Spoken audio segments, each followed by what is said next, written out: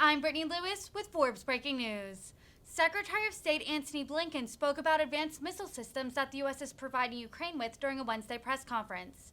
The newly provided weapons have a range of around 50 miles and could help Ukrainian forces struggling under Russian artillery fire. The Secretary of State also said Ukraine has promised not to use these weapons to strike targets inside of Russia, as the U.S. walks a tightrope of trying to aid Ukraine defensively without causing the war to escalate. Take a listen to his remarks here. Taking two from each delegation. We'll start with Vivian Salama of the Wall Street Journal. Thanks, Ned. Thank you very much. Secretary Blinken, two quick questions, please. With regard to the long-range weapons, what can be done or is being done to minimize escalation with Russia? And do you believe that there's an understanding in Moscow about the nuance that the U.S. is trying to achieve with regard to the weapons that it does choose to send to Ukraine?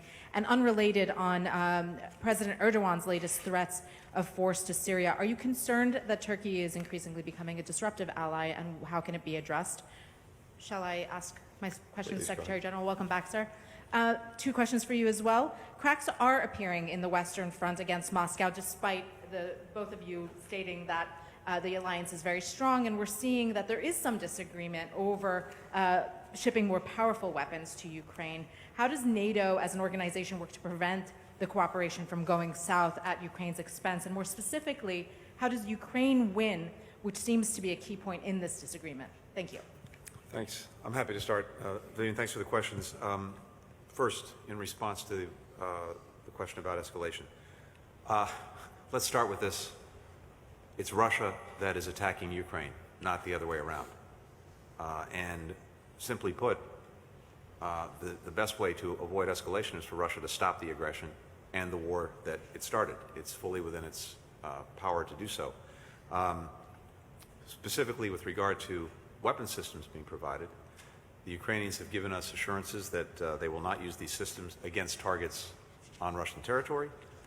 There is a strong trust bond between Ukraine and the United States, as well as with our allies and partners. I'd also say that throughout this aggression, indeed even before, President Biden was very clear with President Putin about what the United States would do if Russia proceeded with its aggression, including continuing to provide security assistance that Ukraine needs to defend itself against the Russian aggression. There was no hiding the ball. We've been extremely clear about this from day one, with President Biden communicating that directly to President Putin. So we have done exactly what we said we would do. And it is Russia, again, that chose to launch this aggression, despite all of our efforts to prevent that with intense diplomacy over many months. Again, they started the conflict. They can end it at any time. And we will avoid any concerns about miscalculations or escalation.